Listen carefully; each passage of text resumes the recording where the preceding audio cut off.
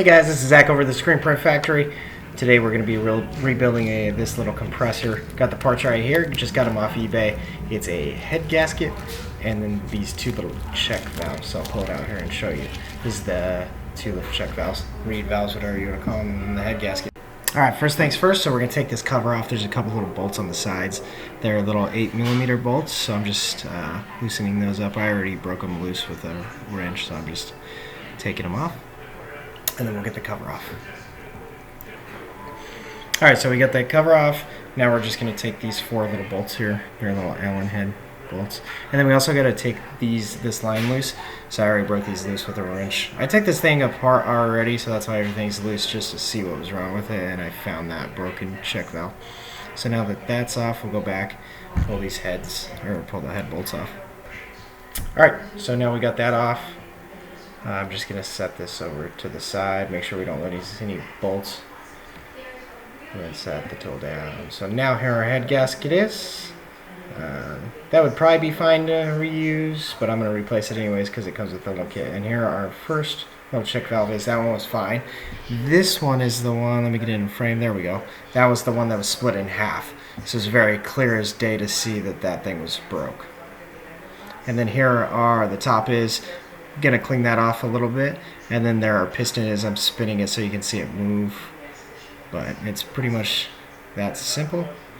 And then we're just gonna, like I said, clean it off, put those little check valves in there, and put the head back on and the cover back on, and then try it out.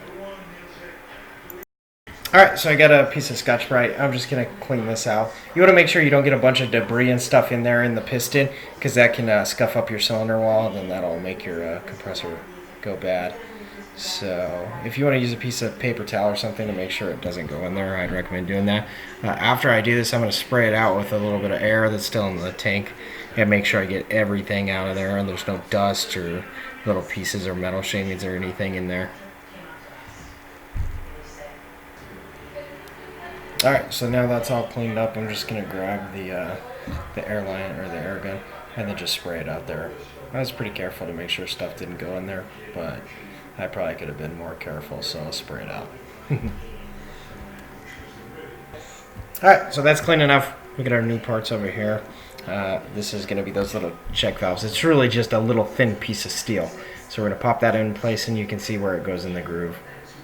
Pretty straightforward. And then we're going to grab the head. Make sure we grab our Scotch-Brite and clean that up a little bit, so we want both sides to be clean.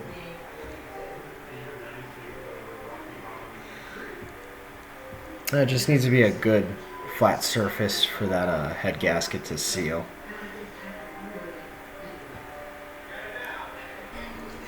Alright, so here the head gasket is. I'm going to put it on the head and use these bolts to kind of line everything up.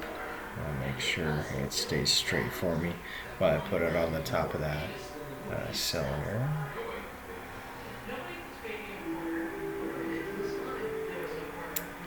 I'm just going to look in here and make sure that the bolts are lined up and then drop it in where they should. The muffler's got to go the right way, so if you look at that little black circle thing, that is the way it should go towards the gauges and everything. So I'm just going to put these in hand tight and make sure that all of them are kind of going into place like they should be and screwing in. Don't just tighten down one and then try and put the other ones in, because there's a good chance it could be crooked and it could mess up the head gasket. It's not going to seal right. So right here I'm just snugging them down, and then I came back with a torque wrench and just torqued them down. I mean, you don't gotta torque them as long as you get a good feel for bolts. Just don't snap these off, because that would kind of ruin your compressor, or at least ruin your day trying to get the bolt out. Alright, so we got this little hose. Put that back on there, line it up. Gotta bend it just a little bit to make it fit back like it should. That'd help if I put it the right way too. Alright, so I'll just get these threads started with my fingers and then go ahead and go back with the wrench and tighten it. You just want to make sure you don't strip this stuff, so do it by hand first and then go with the wrench and you'll be fine. Alright, so I got the wrench, just tighten them up. Once again, it's like a little compression fitting, so just make sure you tighten it enough so it's not going to leak. You don't got to go Hulk on it. Cool, so now that's tightened. We flipped the switch, turned it on. Now we're just gonna watch this gauge. I'll set it up here and speed things up and then make sure that it's working for us. Alright, so this is sped up like 10 times. So it's not the fastest compressor, but it definitely works. And I can see the gauge go up like it should be. Pretty cool compressor for the price. Thank you guys for watching. If you guys have any questions, feel free to put a comment or message me and let me know if you got any questions. Thanks.